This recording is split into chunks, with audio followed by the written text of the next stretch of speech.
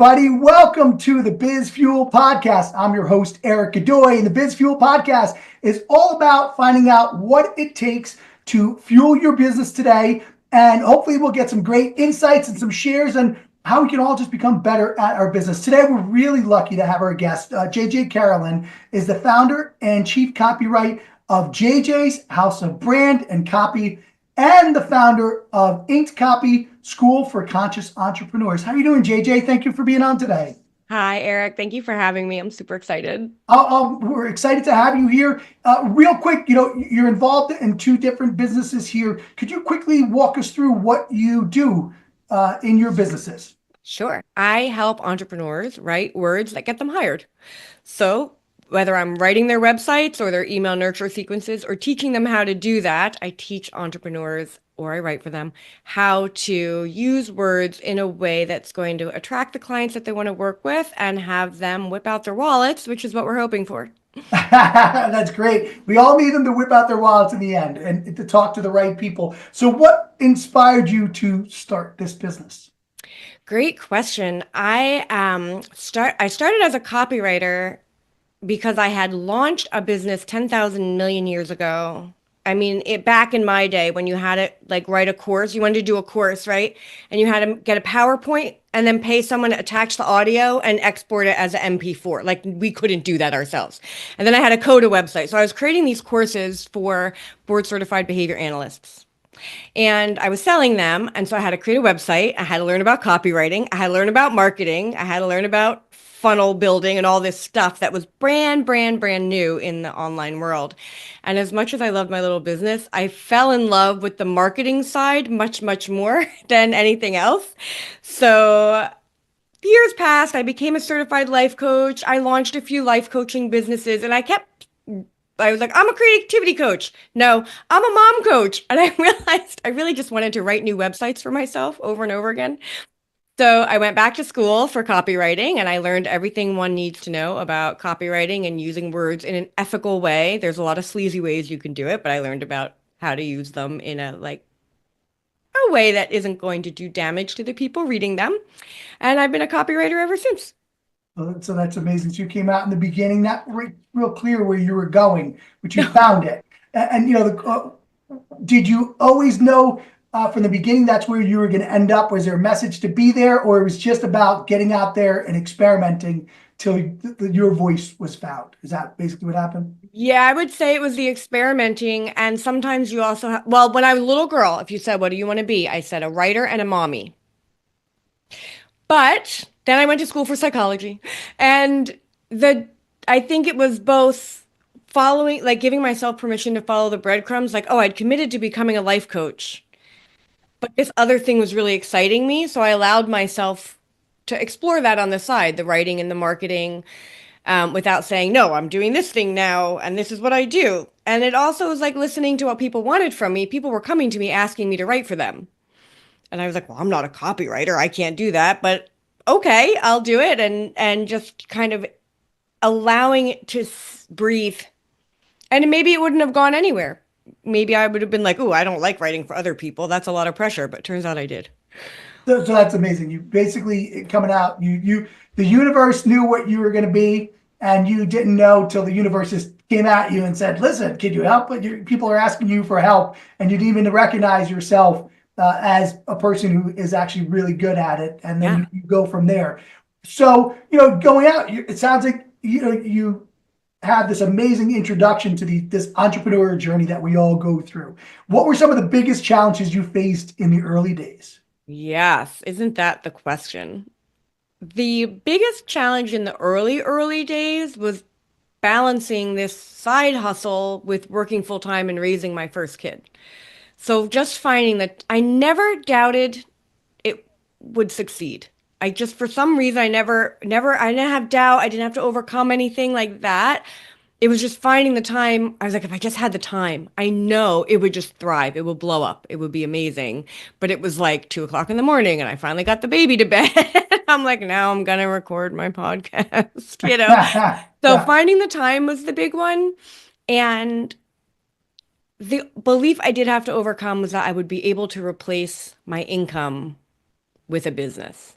So I Wow. really had to do a lot of work on that mindset and understanding how to charge in ways that didn't trigger my safety zone that would make me sabotage, but to raise my prices and raise my prices incrementally till I felt really safe charging what I charge for a website. But it took a long time to really wrap my mind around asking people for the kind of money that my work reflected. So those two, between the time and the money, it was like, how am I ever going to do this full time?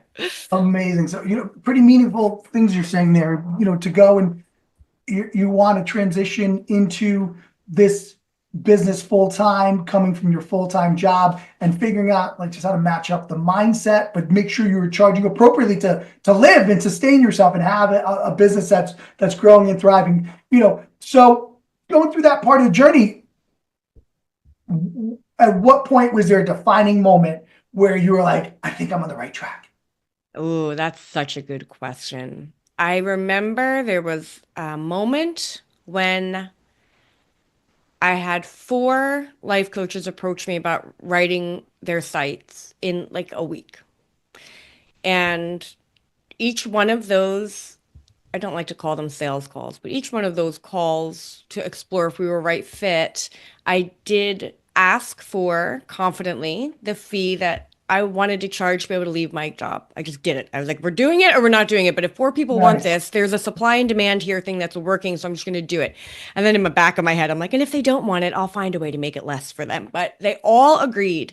And in that month, I was like, I can go down to part time now. Like, if this keeps up, so the cycle repeated itself a few times where my reputation was growing, I was getting referrals, projects were coming in, and I was able to just take the leap and speak to my then husband and be like, this is the money I'm bringing in here, and this is the money I'm bringing in here, and this is more money. So I think we need to knock this down, like my work, my career, knock it down to part-time per diem. And that moment just was when I realized I had more work than I could handle, and that it was going to be like a safe leap. The safe leap. Yeah. And Ish. we've seen that, over the last year on the podcast. We've had some wonderful guests who've had your similar journey where they wanted to make sure they transitioned out of it safely into something that could sustain what they were doing, their passion, but doing it responsibly. Ultimately, you did Mhm. it in a place that you knew that you'd have the best footing. In your industry, we've seen a lot changing with AI, happening right now. What are some of Yeah. the major trends you see shaping the industry in the next 5 to 10 years? Definitely AI and these like custom GPTs that people are selling so that a new entrepreneur especially could create copy that sounds like themselves. And I think that trend will continue. There will be more advanced GPTs. There will be more that can produce a full website for you. And I think that has beautiful pros and beautiful cons, uh, especially for a brand new entrepreneur. But I do think that AI will continue to shape what's available for entrepreneurs to really just get started, right? And not have to sit and wait and just get some stuff out there, put themselves out there and get it done versus hemming and hawing, going through all the mental stuff. Is my writing good enough? Is my content good enough? Like, no, nope. Yeah, It's going to be produced for you and it's going to get out there. So it's got pros and cons, but I do think that will continue to be a trend. and growing trend. And so, with that being said, AI, that is transitioning now. We're all sitting in a lot of industries are seeing how it's making shifts in their industry. So how do you have an idea of envisioning how you work with that and people moving forward? Do you have an idea of that? Yep. There are definitely ways that I use AI. I do try to use it consciously due to everyone can Google themselves like the water consumption of using AI. There is like an environmental impact, so I try to be very judicious how I use it. But the funny thing is, when it comes to copywriting, I'm in the process of becoming an AI mastery level copywriter, and all of the work we did as copywriters still has to be done in order to use ChatGPT to produce words that will sell and convert. So we still have to do the voice of customer research by hand. We still have to test 50 headlines. We still have to like do A/B split testing. We still have to do data mining. And that's something that there's really no good AI yet that can do all of that with a human lens on it to know if the data and the research is relevant or not relevant to the demographic you want to write for. So once you have all that, then there are ways as a copywriter you can use AI to enter those things and come up with meaningful output and then evaluate it. But honestly, it's almost not worth it. You have to do so much work anyway. You may as well just write the thing once you get there. Yeah. It's interesting. So, AI is showing up, but you also already see the path of how it can't necessarily replace what you offer and what you do. It can enhance it in some ways, but not replacing. I heard something recently which is really fascinating. Is even in relationships, AI is never going to say, hey JJ, how are the kids doing? How's the dog doing? The last time we chatted, I remember you said your dog ate out the garbage, and so as much as AI is coming in, and a lot of these large companies are thinking it's going to just overtake people, it's not. And thank you for sharing how it's not in your industry, and it's definitely never going to say, hey JJ, how did you do with the dog after the other day? Definitely doesn't care about me. Yeah, no, definitely not. So, part of this, you're running a business. We're in some interesting times for sure. So, what are the key strategies up to this point that have contributed to your business growth? Oh, another great question. Never give up. Like, but you and I know, right? It's like every entrepreneur knows the up and the down and the feast and the famine and the peaks and the valleys. And there are times when you just make sure that during those peak times you are saving all that money because the valley may come. Yeah. And the valley may lessen over time. But I think knowing that it's coming has contributed to my success, because during the times where things were leaner, or I wanted to pivot, or I wanted to create something new and I had a pause on service so I could create, I don't know, Inked Copy School, I had something to draw from. So I was financially able to never give up, right? Because I was always fiscally wise about my business income. So I think that's something we don't talk about a lot. We talk about mindset and we talk about all kinds of things like persistence and resilience, but we don't talk about the money. So save the money, right? Put the money away. Everybody. Yes. Business growth. I hear what you're saying. To be able to have enough resources to plan for that growth. Mm-hmm. And if not planning the resources to get to that point, and you go to make that initiative to grow, that it's there. It's definitely hard to do it in lean times if you haven't prepared enough. I hear what you're saying there. Going through this whole journey, you said it perfectly. It goes up, you have feast, famine, it goes well, sometimes it's good. Save your pennies. If you could go back and change one major decision, what would it be and why? That's such a good question. Do I make major decisions, or am I flying by the seat of my pants? What do you think about that? I would definitely still have my second kid. That was a good decision. I will hang on to that one. If I could change one thing, years ago, and this is still changeable, I had the opportunity to really dive deep into learning Facebook ads. And I didn't, because it's so technical and so annoying. And I'm a writer. So to the degree I can avoid the technical stuff, I do. However, Facebook ads and advertising, digital advertising in general, Google ads, is a trend that has stayed consistent and effective. More expensive per click over time, yes, but it's still one of the greatest ways to grow an audience. And I do wish, when I had the opportunity to take a pause and really dive into learning that, I think it would have helped my business growth even more exponentially, especially audience growth, list growth, because a lot of what I do depends on in my mailing list is where I grow.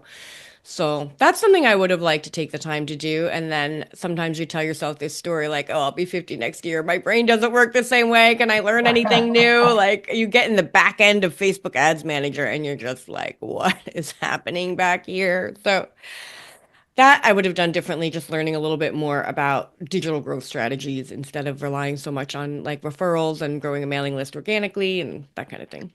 Interesting. You think that's a great share. So if you have the opportunity to learn something you think will give you a little trajectory, go ahead and do it. And Facebook marketing, in my previous industry, I did use it when it was in its simple stages.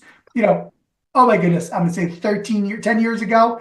And it was really easy. And then as it got more complicated, I got more confused too. So I can appreciate that. And then I had taken a long break from that marketing to circling back to looking at it again. That dashboard looks so different. And I was a person doing it myself where I was like, oh, so yeah, the lesson there is, like you said, go in and dive into things or sometimes hire professionals, Yeah, I you know, agree. And I do think it's important to know when to hire, um, and to at least know enough about, especially if you're a small business or a solopreneur, like know enough about the thing you're hiring for to know if they're doing it right and getting results.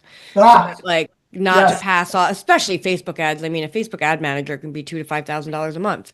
yeah. So like you definitely want to evaluate that the results that they're getting you or what they're doing behind the scenes is like is the right thing. Like know enough to be a good manager. And that's where I would have liked to do like more work.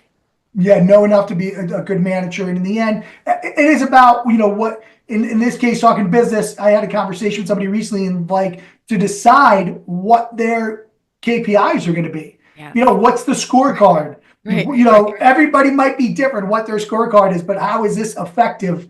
Why are we calling this effective? And what is our scorecard that says it is effective? Everybody runs that different, but to decide it before or with the people that you're with is very important. So, okay, you've obviously been in business, and just because you haven't used Facebook marketing, you've obviously have had your business. So, what marketing strategies have worked for you best in your business? Mailing list growth. So I'm always growing my mailing list and I'm also always pruning my mailing list. So last year I took it down from like, I don't know, maybe it was 3 or 4 thousand. I took it down to like 500 people. One, because I had pivoted a little bit and a lot of the people weren't relevant. They hadn't opened an email, blah, blah, blah. I scrub that list repeatedly, and then I'm always growing it as organically as I can using things like opt-ins. And then the second thing that has grown my business the most has been webinars. And I am a former educator, so I love to teach. So for me, it's a natural thing to do. It's something I can't wait to do. And webinars, I usually get a good audience. I usually get a lot of people showing up live. So along with webinars is that email nurture sequence that gets people to show up, attend the webinar, learn something valuable, and then sign up to work with me or sign up for copy school or sign up for whatever the offer is. So webinars and my mailing list, I would say have been my biggest. The two biggest strategies. It's so cool to hear that. Everybody has their own thing that they're good at to grow their business and Yeah. to do the webinars, the email list. I give you a lot of credit too with the going from what you said. It sounds like you have a list of 3,000 people. At one point, you're like, wow, these are garbage. These are no longer relevant, to have enough bravery and courage to chop it down to the 500 most important people and then build from there. It must have been a little nerve-wracking to make that decision. It was nerve-wracking, but also if you have a lot of inactive people on your list, it affects your deliverability. So you don't want that. So if they're really, you're going through your email list provider and you pull up active, I don't know what filters, everybody has different filters, but you pull up the ones who aren't engaging with you, it does affect your effectiveness as a newsletter writer. So it's an important thing to do. But yeah, it didn't feel good in the moment. Also because, here's what's weird, Eric, like I know everybody on my list because I've always been an organic grower. So I would say 80% of the names on my list I've known since I launched that list in 2012, maybe before. But I mean, there were still people on that list who were from when I created those CEUs for behavior analysts, and now I'm a copywriter for life coaches and healers. And so it really like, is it even doing a service to them to be getting my emails in their spam? Like cluttering up their lives. So the decision is clean it up, know what's real, what's not real, and then ultimately Yeah, build to the direction and the crowd that you want to speak to. 2012, 13 years ago, things change and so you're much. changing with the times to keep up with it. You know, having a business and being an entrepreneur and dealing with all the things that you deal with it, what habits and routines have the biggest impact on your success? Habits and routines. I love them and hate them. Do you have some to recommend? I love the idea of them. Yeah. But I have severe ADHD, like beautifully medicated severe ADHD. So I get my stuff done, but I want routines. And then my inner rebel, like I will make my own routine. And then the next day, like it's like severance innie and outies. Like my outie creates a routine, right? And then my innie's Yeah. like, we hate that. We're not doing that. It's on the calendar. So that is now dead to Oh us. my goodness. Yeah, yeah, Yeah. yeah. But I do have a few, and they mostly, I would say they don't even revolve around business. I know the hours of the day that my brain works best in different areas. So I know like things like this, connecting with you, like before 2 o'clock are meetings and peopling, right? After 2 o'clock, I don't have words anymore. I'm just kind of tired. I'm drained. I don't work well. And that's when I go for like a long walk or something. And then I go into kid afternoon. So I do know the creative stages of my brain and how it works. So I wouldn't say there's so much routines as just like radical self-awareness that I do implement. Like I know my creative hours are my creative hours are pre all of these meetings, like early in the morning. And also my creative hours are late at night, usually at a bar or a restaurant where it's very noisy and it will stimulate me awake. So like I know that's what I'm gonna write. So I think Awesome. those are my biggest routines. And then I do have a lot of like, I really take care of my mind. And I know, like, we've talked about this, like the nutrition, the exercise, the sleep, the meditating, which you are so inspiring about.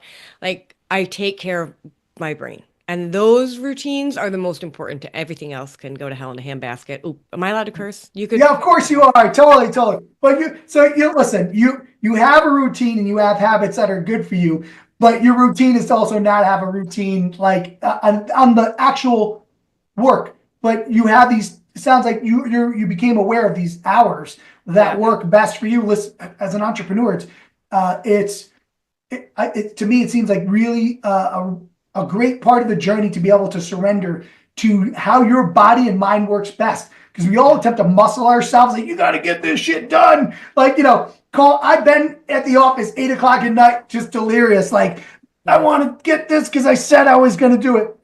Waste, right? Complete waste because how much you're really getting done. That's inspiring that you go ahead and you've recognized that your peak hours for your performance and you work in them and Mhm. stay in them. I'm going to follow that tip right there because, at the end of the day, I'll grab more coffee, try to push through it, but it doesn't work anymore, for sure. Some people can do Things do it. I can't change. anymore. No, I can't either. And I do think that having been an entrepreneur for almost 20 years, I think you hit a really good point, which is like reevaluating as you hit different stages of life, whether it's stages, how old your kids are, stages, milestones of age, stages, of health. Things change. And like what worked before, it was like exhilarating at a time, right? To like have that last coffee and pull all nighter and like you were kind of like, yeah, I did it. And it was like great.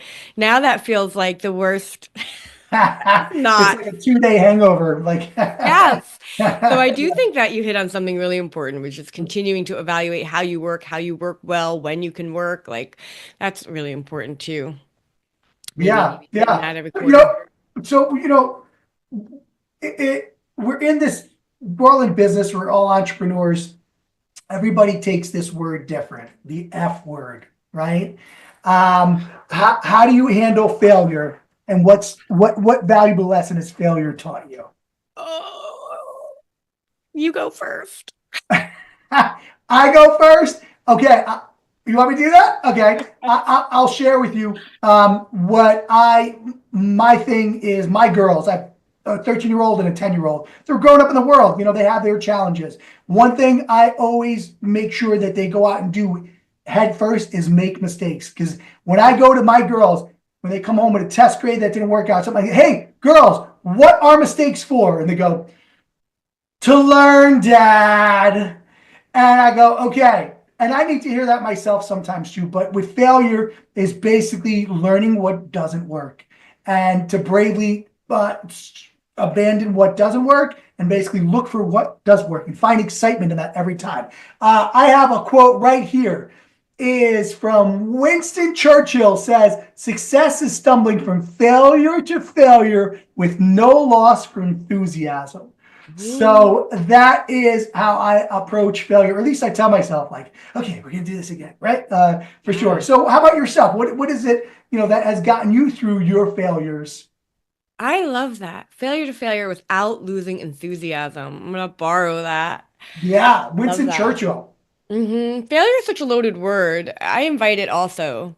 I always have because it's really, once you take the emotionality out of it, it's just data, right? It's just information. Like the market doesn't want that. Okay. Yeah. And thankfully, I haven't had a lot of client feedback failures. Those are harder for me if somebody doesn't like something I've written for them when I work so hard to capture their voice and we do their brand personality and we really get into it. And it's a very intimate relationship between a writer and a business owner, like super intimate. So like when that, I've maybe twice somebody hasn't liked the first draft I produced for them. And that hits me. That's something I really just have to emotionally process because I care so much that people feel so proud of their websites. It's their storefront, right? Like it's so important to your pride as a business owner to be able to present that and be like, I love this thing that I do that this person wrote for me and someone else designed it, whatever. Those hit hard. And I have to kind of take a step back, feel rejected, feel like a bad writer. I just have to go through it, those failures. But thankfully, they're not very often because I'm pretty good at what I do. The ones that are like, oh, I did a launch and I wanted 30 people in copy school and I had 10. I have a true belief that those were the people who were meant to be there and get that level of attention for me. So for me, business has never been about the biggest income or the most people served. It's about serving the people in front of me at every cost, like primary number one thing. So even in a failure, I did some service in some way for somebody, and that's what was meant to be at the time. And I feel good about that. I feel honor about that. And again, I have the luxury of that because I saved my money. So like I can feel Yeah. that way about it because I'm not like, oh God, I'm not going to be able to pay my bills next month, right? So I have the luxury of feeling failure. And I think that's another thing that really needs to be talked about is like failure is a lot harder when you're scared, right? These like positive mindsets are a lot harder when you have a ton of fear behind it. So I like to make sure I have a good platform. I don't have to be so afraid of things and I can really find the spiritual journey in things like failure.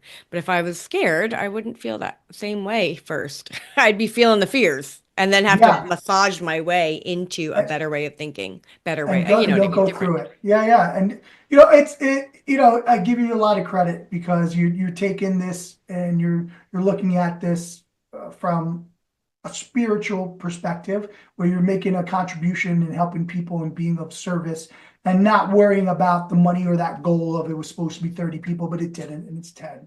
And I beg to differ if that's okay. Can I beg to differ one Yes. thing? You Differ. you you've cultivated having this buffer of finances to say you can feel failure, but that wasn't always there, right? True. So you've gotten to that point, you've cultivated that. That wasn't there from the beginning. I remember when I was younger, I was in a role, 100% sales, 100% commission, and coming out the last Great Depression, things were looking really friggin' bad. I remember talking to my dad, being super stressed out over not bringing in income and things not pulling together. My dad said, listen, this ties into your perspective.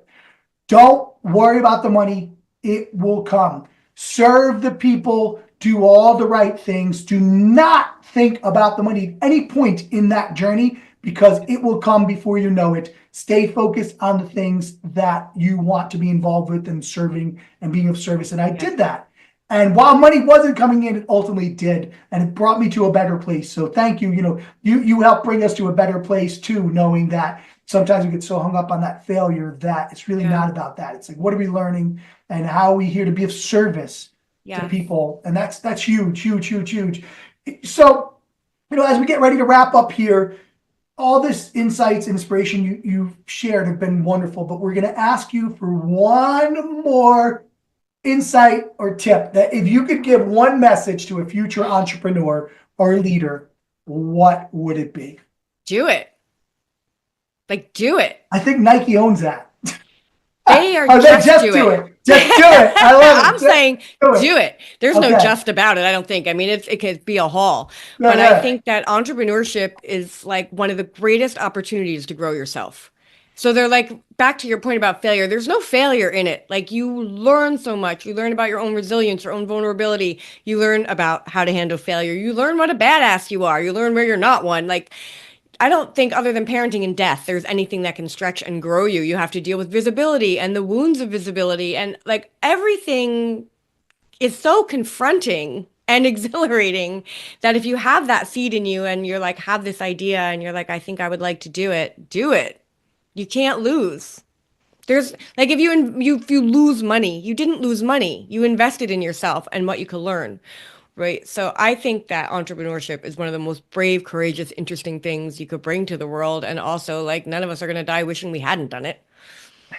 Thank you. That all inspiring words. Just do it and do it for yourself and show up. Thank you so much for being our guest, everybody at BizFuel. Let's thank JJ Carolan. Again, she's the founder and chief copywriter of JJ's House of Brand and Copy and the founder of InCopy. JJ, thank you so much for being our guest today. Thanks we really appreciate having you. Thank you. I love our conversations always. Thank you.